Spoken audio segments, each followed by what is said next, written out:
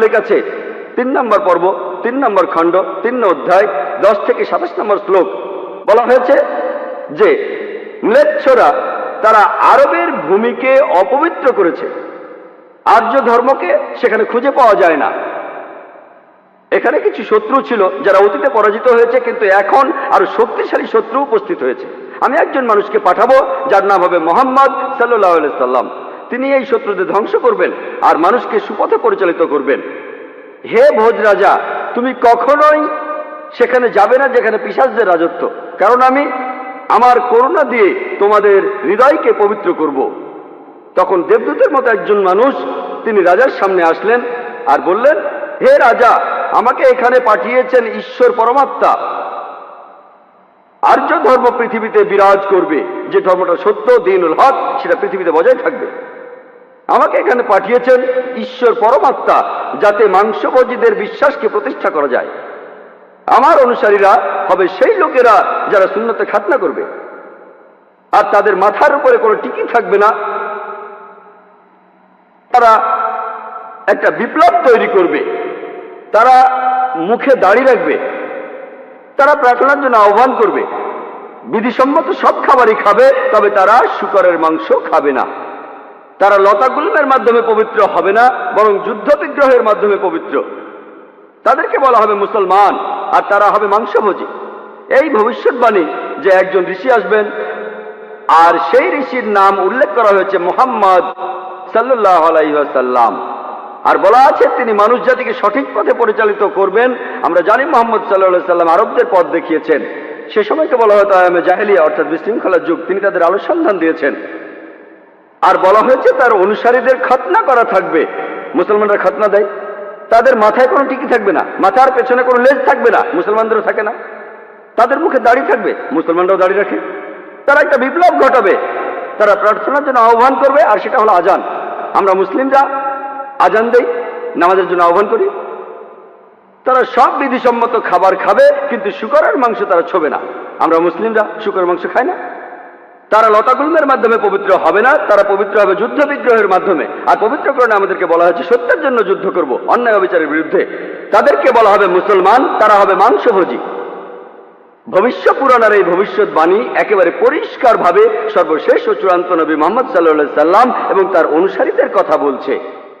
মুহাম্মদ সাল্লাল্লাহু আলাইহি সাল্লামের নাম বিভিন্ন জায়গায় অনেকবার বলা হয়েছে, হাতে সময় নেই, সেজন্য ভবিষ্যৎ পুরাণ থেকে কয়েকটা উদাহরণ দিচ্ছি। এই ভবিষ্যৎবাণী করা হয়েছে ভবিষ্যৎ পুরাণের 3য় পর্ব 3য় খণ্ড 3য় অধ্যায়ের 5 থেকে 8 শ্লোকে।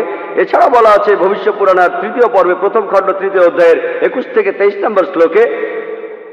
সর্বশেষ আর চূড়ান্ত নবী মুহাম্মদ সাল্লাল্লাহু আলাইহি সাল্লামের কথা উল্লেখ করা হয়েছে অথর্ববেদে 20 নম্বর গ্রন্থে 127 নম্বর অধ্যায়ের 1 থেকে 14 নম্বর মন্ত্রে। এগুলোকে আরো বলা হয় কুন্টুব সুক্তাস। কুন্টুব সংস্কৃত শব্দ, অর্থাৎ পেটের একটা লুকানো গ্রন্থি। তার মানে এই মন্ত্রগুলির অর্থ লুকানো রয়েছে, এগুলো পরে জানা যাবে। এখানে সবগুলো মন্ত্র নিয়ে আলোচনা করার মতো সময় নেই, আমি শুধু প্রথম 4টা মন্ত্র নিয়ে কিছু কথা বলবো। 1 নম্বর মন্ত্র বলছে তিনি হলেন নরসাংসা, তিনি হলেন কাওরামা, তিনি পরাজিত করবেন 60,090 জন শত্রুকে। 2 নম্বর মন্ত্র বলছে তিনি উটের পিঠে চড়বেন। 3 নম্বর মন্ত্র বলছে তিনি হলেন মামা ঋষি। 4 নম্বর মন্ত্রে তাকে আরো বলা হচ্ছে রেব। 1 নম্বর মন্ত্র বলছে তিনি হলেন নরসাংসা। নরসাংসা শব্দটা এসেছে নর থেকে, অর্থাৎ কোনো ব্যক্তি বা একজন লোক। আর সাংসা অর্থ প্রশংসা, কারো প্রশংসা করা। তাহলে নরসাংসা অর্থ যে ব্যক্তিকে প্রশংসা করা হয়। আর আপনারা যদি মহানবী মুহাম্মদ সাল্লাল্লাহু আলাইহি সাল্লামের নামের ইংরেজি অনুবাদ করেন, যদি তার নামের ইংরেজি অনুবাদ করেন তার অর্থ যার প্রশংসা করা হয়, তাহলে নরসাংসা শব্দটার আরবি অনুবাদ করলে সেটা হবে মুহাম্মদ সাল্লাল্লাহু আলাইহি সাল্লাম। এখানে নামে উল্লেখ করা হচ্ছে। এরপর বলা হচ্ছে তিনি হলেন কাওরামা। এই কাওরামা শব্দটার একটা অর্থ সংস্কৃতিতে হলো শান্তির রাজপুত্র। আর মুহাম্মদ সাল্লাল্লাহু আলাইহি সাল্লাম শান্তির রাজপুত্র ছিলেন। আরেকটা অর্থ হলো যে বিদেশে যায়। হযরত মুহাম্মদ সাল্লাল্লাহু আলাইহি সাল্লাম হিজরত করেছিলেন মক্কা থেকে মদিনায়, তিনি বিদেশে গিয়েছিলেন। এছাড়া প্রথম মন্ত্রে আছে তিনি 60,090 জন শত্রুকে পরাজিত করবেন। আর সে সময় মক্কায় যেসব লোকজন থাকতো তাদের মধ্যে যারা নবীজির বিরুদ্ধে ছিল তাদের সংখ্যা আনুমানিকভাবে 60,000 জন। 2 নম্বর মন্ত্র বলছে যে তিনি উটের পিঠে চড়বেন। কোন ইন্ডিয়ান ঋষি, কোন ব্রাহ্মণই কখনো উটের পিঠে চড়বেন না। কারণ মনুস্মৃতিতে বলছে 11 নম্বর অধ্যায়ের 202 নম্বর অনুচ্ছেদে বলা হয়েছে একজন ব্রাহ্মণকে কোনো গাধা বা উটের পিঠে চড়তে নিষেধ করা হয়েছে।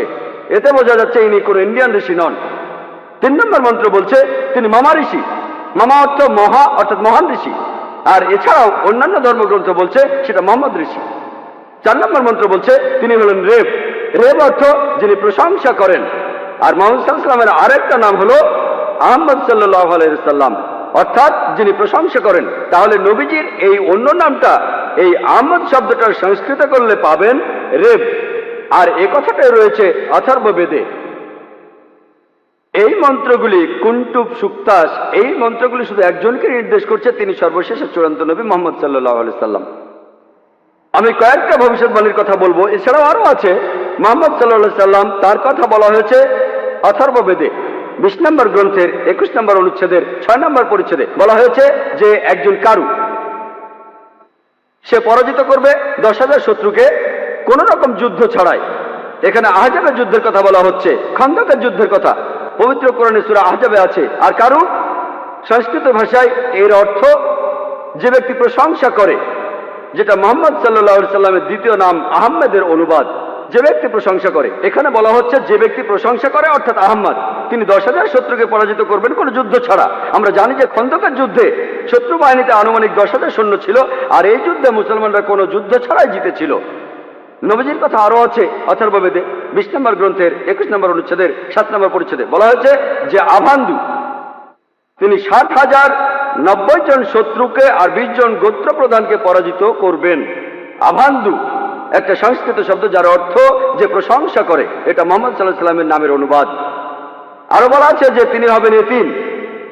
আর আমরা এখন ইতিহাস থেকে জানি সে সময় আনুমানিক 20 জন গোত্র প্রধান ছিল মক্কা শহরে, যারা নবীজির কাছে পরাজিত হয়েছিল। আর মক্কার যেসব লোক তার বিপক্ষে ছিল তারা ছিল প্রায় 60,000।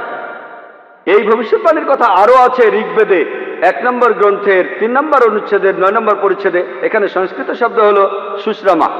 সুশ্রামা এটাও একটা সংস্কৃত শব্দ যার অর্থ যে ব্যক্তি প্রশংসা করে, যেটা মুহাম্মদ সাল্লাল্লাহু আলাইহি ওয়াসাল্লামের নামের অনুবাদ। আরো অনেক ভবিষ্যৎবাণী আছে, এখানে সময় কম তাই সবগুলো বলতে পারছি না।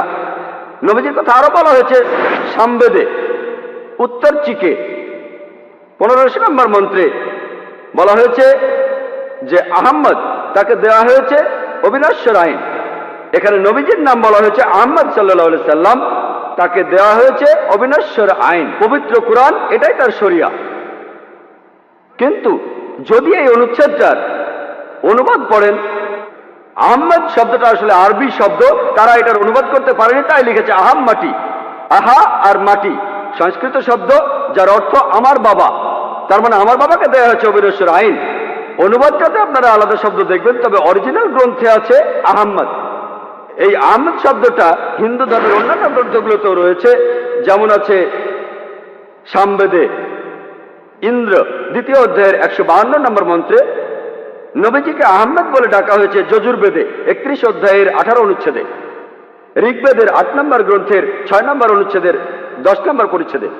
এছাড়া মহানবী সাল্লাল্লাহু আলাইহি সাল্লামকে বলা হয়েছে আহমদ, সেটা আছে অথর্ববেদের 8 নম্বর গ্রন্থের 5 নম্বর অনুচ্ছেদের 16 নম্বর পরিচ্ছেদে। এছাড়াও আছে অথর্ববেদের 20 নম্বর গ্রন্থের 126 অনুচ্ছেদের 14 পরিচ্ছেদে।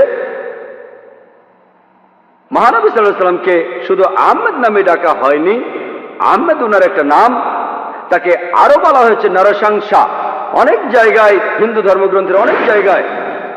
আর আমি আগেও বলেছি যে নরসংসা শব্দটা এসেছে নর থেকে, যার অর্থ একজন মানুষ বা একজন ব্যক্তি। আর সংসা যার অর্থ প্রশংসা, প্রশংসা করা। তাহলে নরসংসা অর্থ যে ব্যক্তির প্রশংসা করা হয়। এটাই হলো সর্বশেষ চূড়ান্ত নবী মুহাম্মদ সাল্লাল্লাহু আলাইহি সাল্লামের নামের সঠিক ইংরেজি অনুবাদ। নবীজিকে হিন্দু ধর্মের গ্রন্থগুলিতে অনেক জায়গায় নরসংসা বলে ডাকা হয়েছে। ঋগ্বেদের 1 নম্বর গ্রন্থের 13 নম্বর অনুচ্ছেদের 3 পরিচ্ছেদে, ঋগ্বেদের 1 নম্বর গ্রন্থের 18 অনুচ্ছেদের 9 পরিচ্ছেদে, ঋগ্বেদের 1 নম্বর গ্রন্থের 106 নম্বর অনুচ্ছেদের 4 পরিচ্ছেদে, ঋগ্বেদের 1 নম্বর গ্রন্থের 142 নম্বর অনুচ্ছেদের 3 পরিচ্ছেদে, ঋগ্বেদের 2 নম্বর গ্রন্থের 3 অনুচ্ছেদের 2 পরিচ্ছেদে, ঋগ্বেদের 5 নম্বর গ্রন্থের 5 অনুচ্ছেদের 2 নম্বর পরিচ্ছেদে, ঋগ্বেদের 7 নম্বর গ্রন্থের 2 অনুচ্ছেদের 2 নম্বর পরিচ্ছেদে, ঋগ্বেদের 10 নম্বর গ্রন্থের 64 অনুচ্ছেদের 3 পরিচ্ছেদে, ঋগ্বেদের 10 নম্বর গ্রন্থের 182 নম্বর অনুচ্ছেদের 2 নম্বর পরিচ্ছেদে, যজুর্বেদের 21 নম্বর অধ্যায়ের 31 অনুচ্ছেদে, যজুর্বেদের 21 নম্বর অধ্যায়ের 55 নম্বর অনুচ্ছেদে, যজুর্বেদের 20 নম্বর অধ্যায়ের 37 অনুচ্ছেদে, যজুর্বেদের 20 নম্বর অধ্যায়ের 57 নম্বর অনুচ্ছেদে, যজুর্বেদের 28 অধ্যায়ের 2 অনুচ্ছেদে, যজুর্বেদের 28 অধ্যায়ের 19 অনুচ্ছেদে, যজুর্বেদের 28 অধ্যায়ের 42 নম্বর অনুচ্ছেদে,